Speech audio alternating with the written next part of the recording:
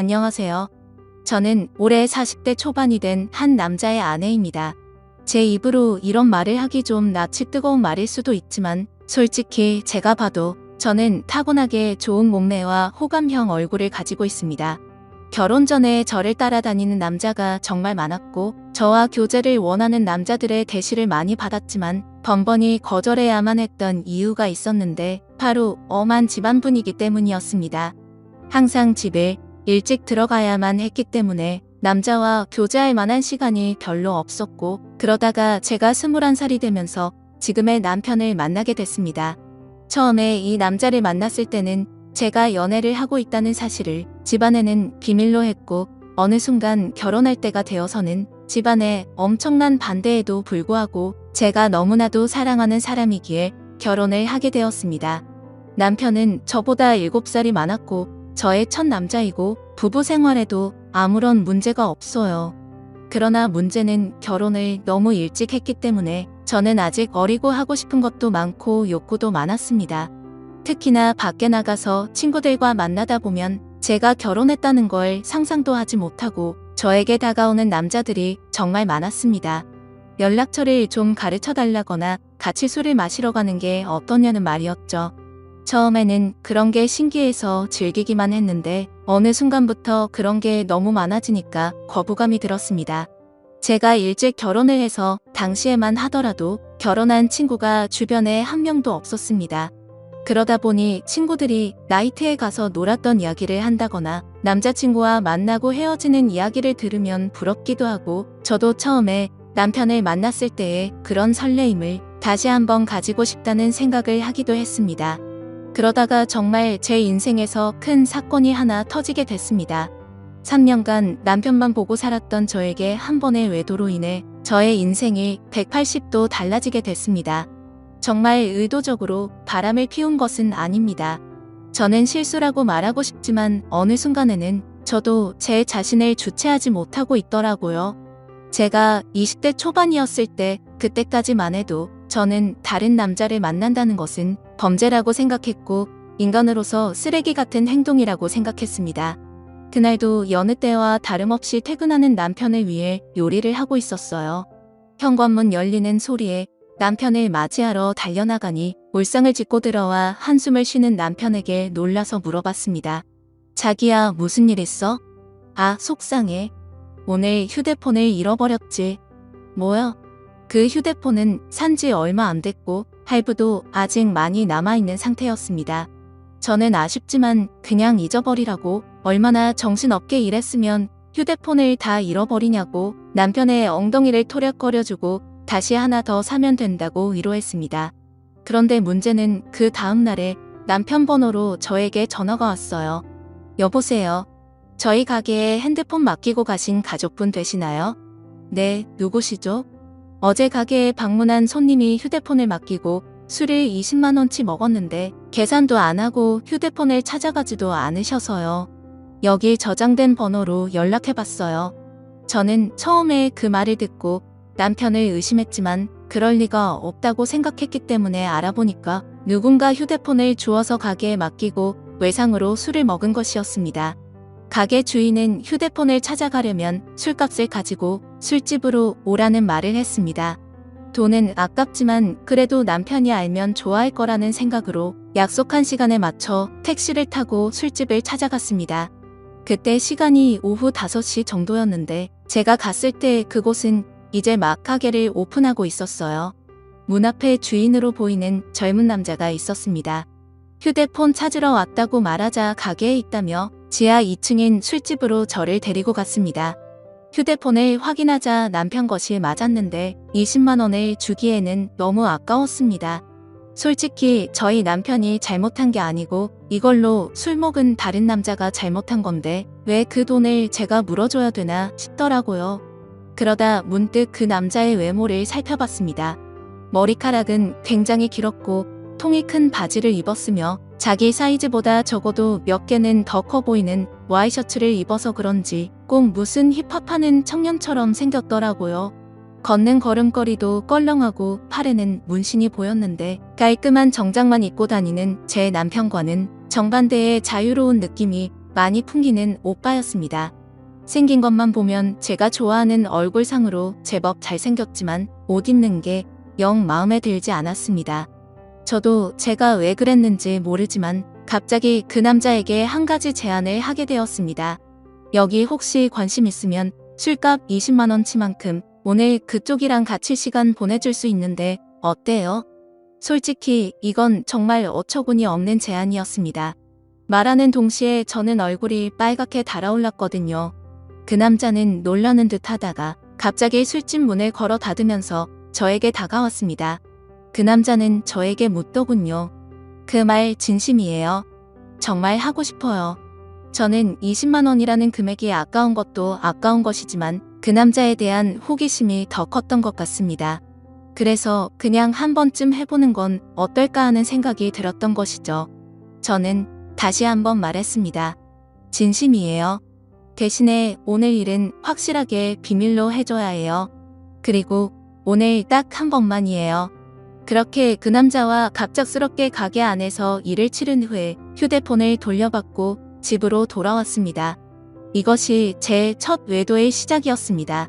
이왕 외도를 할 거면 좀 로맨틱하게 했어야 됐는데 너무 난장판이었다는 생각이 들더군요. 그날 밤 이후로 술집 주인은 저에게 가끔 연락을 해왔지만 저는 연락을 받지 않았습니다.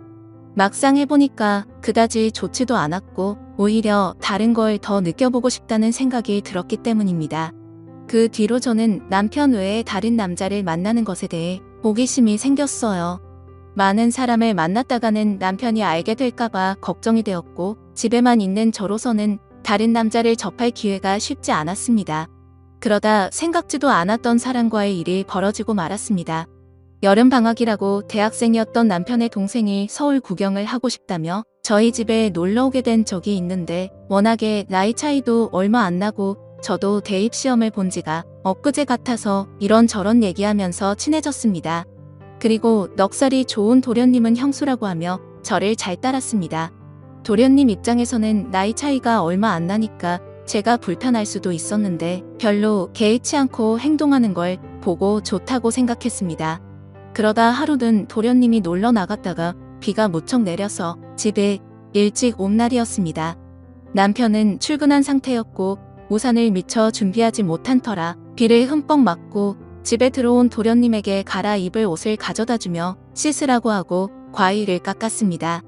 거실에서 단둘이 과일을 먹으면서 이런저런 이야기를 나누었고 그날따라 제가 눈을 마주치면 도련님은 어색한 듯 피했는데 그 묘한 느낌이 아직도 생각이 나네요. 그 어색한 기운을 깨고 싶어서 머리에서 생각한 대로 질문을 던졌어요. 도련님 애인 있어요? 지금은 없는데 형수님 같은 예쁜 여자 있으면 당장 애인하고 싶죠. 소개해 주실래요? 오, 그럼 나 같은 여자 있으면 결혼도 할 거예요. 당연히 당장 하자. 한치의 고민도 없이 당연하다고 말하는 도련님을 보며 이상한 충동이 일어났습니다. 저는 그런 도련님의 손을 덥석 잡아버렸고 눈을 쳐다보며 물었습니다. 이렇게 하니까 설레이기도 해요. 한참 정적이 흐르고 얼어있던 도련님은 마주잡은 손에 슬쩍 깍지를 끼더라고요. 그렇게 저와 도련님 사이에 묘한 감정이 흐르기 시작했습니다. 그 일이 있고 나서 남편에게는 도련님 서울 구경시켜준다고 말하고 일주일 동안 대놓고 데이트를 했습니다. 그 나이 또래들처럼 설레는 연애를 다시 하는 것 같아서 며칠 동안은 정말 두근거리고 신났었습니다. 하지만 그것도 역시나 오래가지는 못하더라고요. 일주일 후에 터미널에서 도련님을 보내고 나니 그 뜨거웠던 마음이 순식간에 식어버렸습니다. 몸이 멀어지니까 자연스럽게 마음도 멀어지게 된 것이고 계속해서 저를 달래주지 않으니 저도 흥미를 잃게 됐습니다. 그렇게 여름이 지나고 날씨는 조금씩 선선해지기 시작했습니다. 심심한 마음에 남편 몰래 휴대폰 어플로 채팅이라는 것도 해봤지만 이렇다 할 만남을 가지지는 못했습니다. 제 주변 또래 친구들은 채팅하는 어플로 친구도 많이 사귀고 연애까지 하는 애가 있던데 이상하게 저는 별 볼 일 없는 남자들만 꼬이는 것 같았습니다. 그렇게 애매하게 시간을 보내다 보니 명절이 다가왔는데요. 저희 시댁은 춘천 쪽에 있었는데 연휴 전날부터 가서 신나게 명절 음식하고 설거지하고 집안에 하나밖에 없는 며느리라 몸이 부서지도록 일을 했어요. 언제까지 며느리가 이렇게 일해야 되는 거냐고 투덜거리기는 했지만 워낙에 나이 차이가 많이 나니까 대들지도 못하겠더라고요. 명절 다음 날 아침에 친정집에 가려고 준비를 하는데 시어머님이 점심을 먹고 가라고 하셨습니다. 또 내가 밥을 차려야 하나 싶어서 순간 짜증이 확 났지만 얼굴에 최대한 티를 안 내고 있었는데 남편이 너무 미적미적대는 거예요. 빨리 준비하고 출발해야 하는데 준비를 하는 둥 마는 둥 조금만 더 누워있다가 가면 안 되냐고 TV나 보고 앉아있고 정말 답답해 미치겠더라고요. 그래서 남편을 방으로 데리고 와서 밖에 들리지 않게 작은 소리로 말 다툼을 했습니다. 우리 부모님도 나를 보고 싶어 한다고 빨리 준비 안 하면 혼자서 가겠다고 말하면서 감정이 안 좋은 채로 친정집으로 향했습니다. 남편은 친정에서도 기분이 안 좋은 티를 숨기지 못했고 저는 그럴 거면 그냥 먼저 가라고 말했습니다. 화가 난 남편은 저녁에 볼 일이 있다고 하며 먼저 집에 올라간다고 하고 올라가 버렸습니다. 무슨 일이냐는 친정 엄마의 물음에 별거 아니라고 대답하고 방에 들어와 혼자서 분을 삭히고 있었습니다. 저렇게 마누라를 배려하지 못하는 남자인 줄 몰랐는데 정말 충격적이었죠.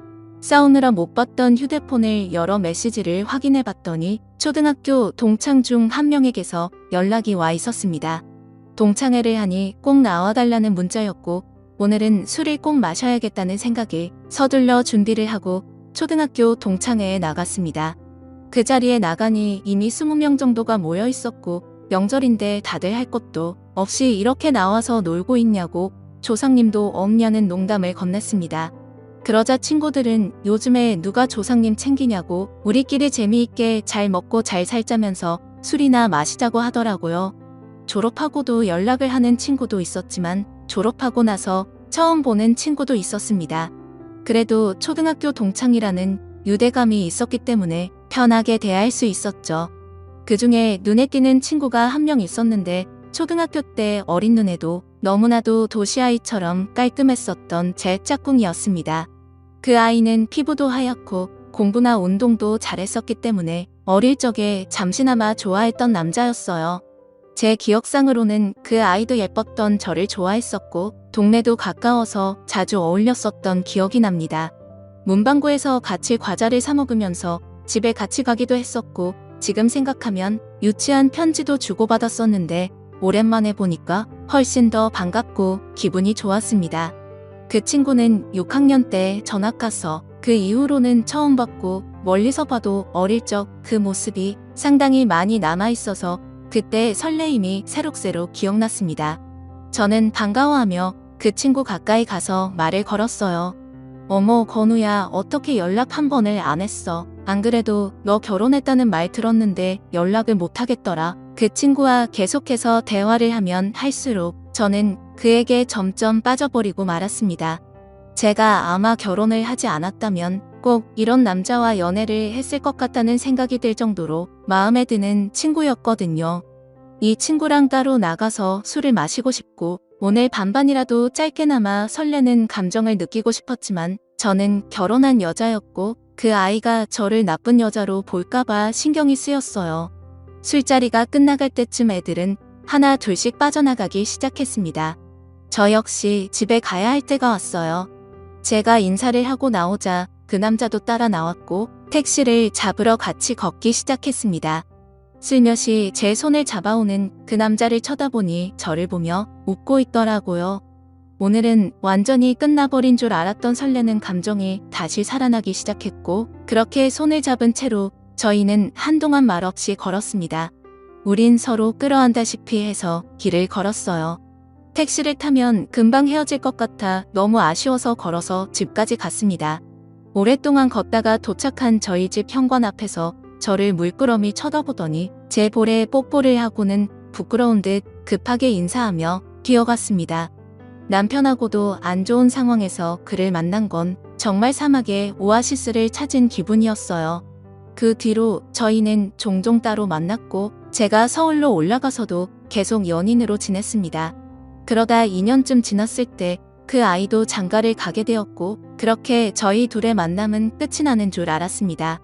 저도 중간중간에 다른 남자도 몇 번 만나봤고요. 하지만 정말 사랑이라 느낀 건 그 남자가 유일했던 것 같습니다. 저희는 결국 재회를 했고 40이 넘는 지금까지도 몰래 사랑을 하면서 만나고 있습니다. 저의 두 번째 서방님이고 이제 더 이상의 다른 사랑은 원치 않고 두 남자만 바라보며 살아보려 합니다. 너무 어린 나이에 결혼을 한 게 문제인 걸까요? 저도 가끔씩 제가 왜 이러는지 모르겠지만 도저히 빠져나올 수가 없습니다. 솔직히 말하면 왜 빠져나와야 하는지 잘 모르겠습니다. 이렇게 어리고 아름다운 나이에 기억에 남는 연애도 못 해보고 결혼해서 답답하게 살다가 갈 바에는 이렇게 사랑을 즐기며 사는 게 더 남는 장사가 아니냐는 생각이 듭니다. 둘 중에 어떤 남자를 선택하고 싶지는 않아요. 상처 주는 여자가 되기는 싫거든요. 그냥 이렇게 두 남자를 바라보면서 사는 것도 충분히 가능해서 이렇게 살아가려고 하는데 무슨 큰 문제라도 되는 건 아니겠죠. 제 마음속에는 방이 두 개이기 때문입니다. 지금까지 읽어주신 모든 분들 감사합니다. 구독과 좋아요, 알림 설정 눌러주시고 재밌는 사연 또 들으러 와주세요. 그럼 모두들 행복한 하루 보내세요.